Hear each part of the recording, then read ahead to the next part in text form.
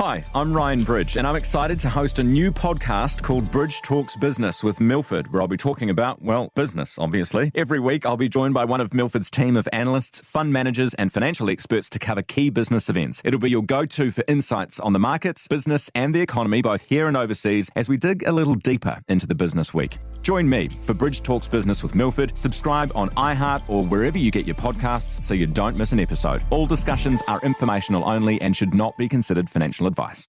You're listening to the Weekend Sport Podcast with Jason Pine from News Talk ZB. A mouth-watering NRL Grand Final in prospect tonight. Minor premiers, the Melbourne Storm. 42-18 is a bold statement. Munster will get it again. Now Munster's got another. Melbourne Grand Finalists. Melbourne, are they premiership favourites based on this? They'll take on three-time defending champions, the Penrith Panthers. Here's Ruai, the right foot kick. Martin, yes! An exclamation mark from the Panthers as they march on to the first Sunday in October. What a game in prospect. Tawera Nikau was one of our best ever rugby league players. After time with Canterbury Bankstown, he spent several years in the UK before coming back to the NRL with Cronulla. In 1998, he joined the Melbourne Storm in the club's inaugural year, helping them to a third-place finish in the minor premiership and a place in the finals before they lost eventually to the premiers, Brisbane Broncos. The following year, 1999, the Storm finished third again. This time went on to win the Grand Final 2018 over the St George Illawarra Dragons to claim their first championship. Among his many other awards and accolades, Tawera Nikau was last year inducted as a life member of the Melbourne Storm. He joins us now. Tawera, let's go back to 1998. How fondly do you remember your time with the Storm? Oh, mate, it was a great time there. Really enjoyed being part of the Storm and the inaugural team going down there way back in 25 years ago now, Piney. So it's a long time, mate. So still living off that win from that one Grand Final. But yeah, well, it was a great time in rugby league and a great opportunity. So, going over there, going down to Melbourne, the new frontier, I suppose, and being very successful in a short amount of time. So it was absolutely fantastic. What was it like at the very start of this club that has become something pretty special? Well, we were very lucky, Tony. We had, a CEO, guy called John Reeves, was really instrumental in setting up that club in a great fashion. Chris Anderson, the coach, very, really strong coach, really family-orientated coach, and we're very proud of the history and the culture that we initiated in those early days, and it's something that's under Craig Bellamy's gone to a whole new level. So, really outstanding, but great with the administrators, but also the players and the young players that came for an opportunity and really made a great effort over those first couple of seasons. That 99 Grand Final, what stands out most vividly when you think back? What did you say, 25 years now? Goodness me. Well, I think, Piney, one of the main things about that was, the crowd. I think that was the biggest rugby league crowd because it was just before the Olympics. We played in 1999 at the away call stadium now, but I think it was 107,000 people there. And I played at Wembley earlier in my career, but it was about 99,000 there. But just the noise, the crowd, but the real camaraderie that the boys built up in those first couple of seasons was fantastic. The second year, 1999, we had Steve Kearney came from the Warriors, really added some firepower to our forward pack, and then, that sort of gave us a lot of impetus and momentum into that first Grand Final win against St George.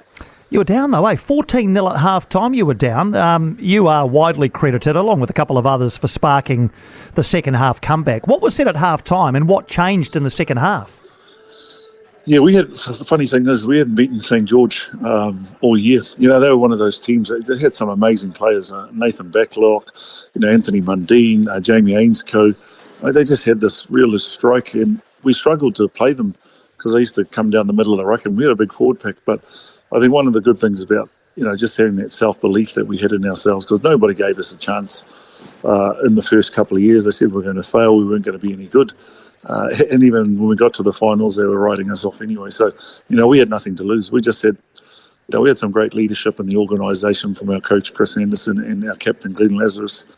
It was outstanding leadership in part of that. But I think in the second half, I remember going into the changing sheds at half time, and me and Steve Kearney, and I said to him, Steve, mate, we've got 40 minutes left. Let's just get out there and rip into these guys. Eh? And we sort of came out, changed the momentum.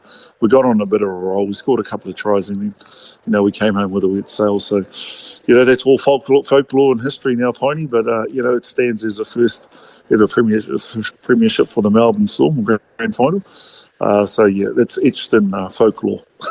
Indeed it is, even now, and will be for many, many more years. But let's fast forward to the present day. The Storm won the minor premiership this year, 19 wins from their 24 games. They got rid of the Sharks and the Roosters fairly comfortably in their finals matches. Would you have them as favourites against the Panthers tonight, the Storm? Mate, it's a tough one. The Panthers have been in the last 5 grand finals. The last team to beat them in a grand final was the Melbourne Storm.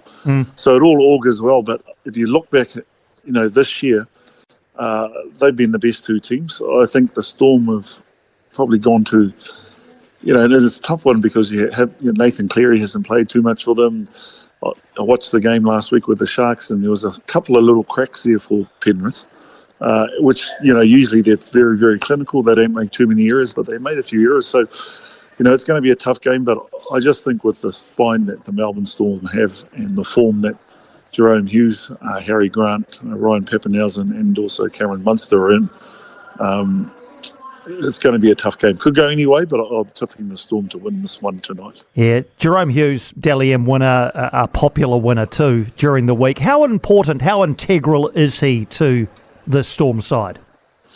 Yeah, it's really interesting, and I don't know if you saw the Daily M speech, and he talked about how he's sort of grown into that role and done really well. But he credits Craig Bellamy, giving him some confidence. He credits being part of the New Zealand Kiwi team last year.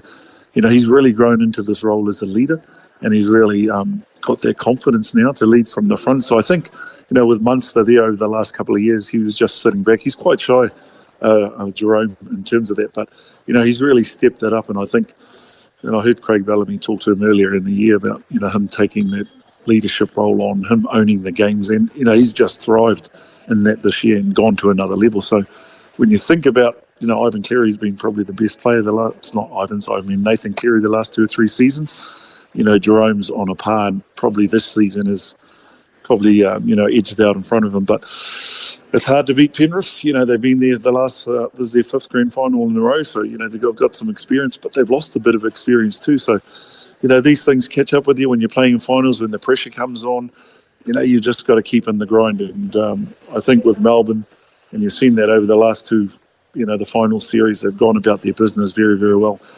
Melbourne don't really beat themselves. You've got to do something extraordinary to beat them, because defensively they're really good and they're fit. They're very fit, so they can manage that to hang in the contest for big minutes. I think the game against the Sharks, they completed, was it 56 out of 58 sets or something, 95%, something like that. It was some astronomical number in terms of that. So, and the other X factor they have is Craig Bellamy. He just continues to evolve and adapt and, give these players. And I think, Piney, if you look at a couple of their back rows, Sean Bloor played 2 years at the Tigers and was a wooden spooner. Ali Katoa, the last couple of years came from the Warriors. Yeah, he had a bit of talent, but they've both gone to another level. So, when you think about players and what they can do and the environment that they create, Craig Bellamy's a master at doing that. Yeah, fascinating grand final and prospect tonight. Could be one of the best ever. Tawera, great chatting rugby league with you, mate. Thanks for taking the time. Always a privilege, Piney. No worries, and go the mighty Storm. Oh, go the Storm. All right. Yeah, well, I suppose it is your old team, isn't it? That's fair enough. Good on you, Tawera. Thanks indeed. Tawera Nikau. For more from Weekend Sport with Jason Pine, listen live to News Talk ZB weekends from midday, or follow the podcast on iHeartRadio.